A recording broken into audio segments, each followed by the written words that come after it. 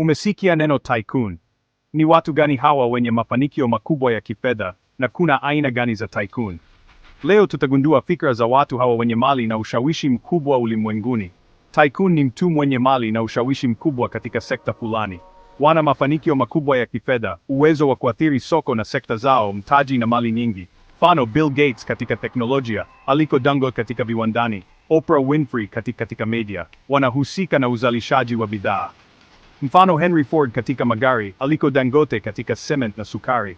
Sifa, wana viwanda, wanaweka misingi ya sekta nzima, wanahusika na teknolojia na uvumbuzi. Mfano, Elon Musk katika Tesla na SpaceX, Mark Zuckerberg katika Facebook. Sifa, wanabadilisha dunia kwa teknolojia mpya, wanajenga na kuuza mali isiyohamishika.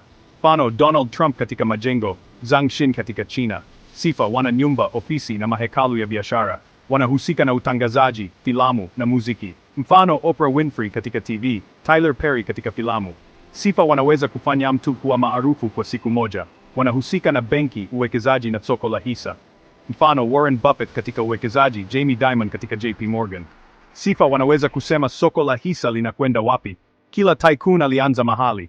Kama unataka kuwa mmoja wao, jifunze kuhusu sekta unayopenda, anza na mradi mdogo na ukuze. Wawekezaji na mafundi wako ni muhimu, kubali kushindwa na uendelee kujaribu.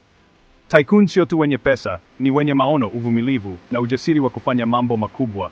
Kwa nia na bidii, wewe pia unaweza kufika huko. Kama video hii imekupa motivation, bonyeza like, share na subscribe kwa mafunzo zaidi ya kifedha. Kila mtu anaweza kuwa tycoon.